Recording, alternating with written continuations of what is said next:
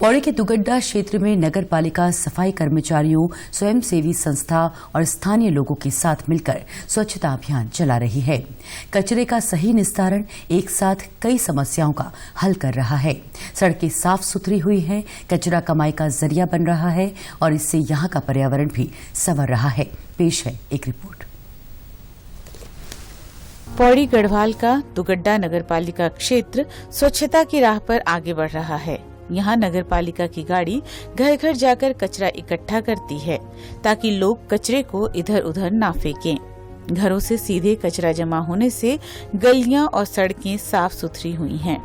हमारी door to door की जो गाड़ी है वो दोनों टाइम सुबह शाम जो है पूरे वार्डों में जाती है और वहां से पूरा कूड़ा इकट्ठा करके, और हमारा जो कूड़े का जहाँ पे हम लोग कूड़ा इकट्ठा करते हैं तो वहाँ पे सब कूड़े को जो है एकत्रित करते हैं और उसकी छटाई की जाती है। शहर भर का कचरा यहाँ के ट्रेचिंग ग्राउंड में इकट्ठा किया जाता है, फिर प्लास्टिक, कांच जैसे अलग अलग कचरे को अलग अलग बांटा जाता है।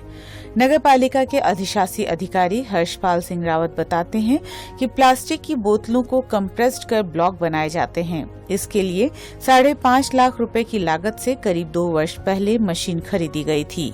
इन प्लास्टिक ब्लॉक्स को बेचकर नगर पालिका की अब तक तकरीबन 2.5 लाख रुपए की आमदनी हो चुकी है।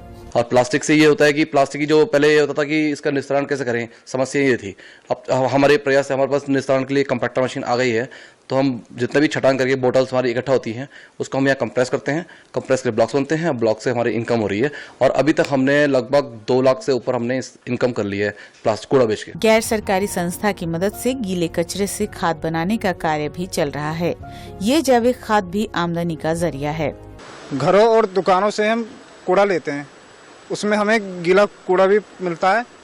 गीले कूड़े जैसे फल सब्जी के छिलके हो गए, आपके खाना बचा हुआ होता है लोगों का, वो हम ये हमारी पेटी है, ये इसमें हम खाद बनाते हैं।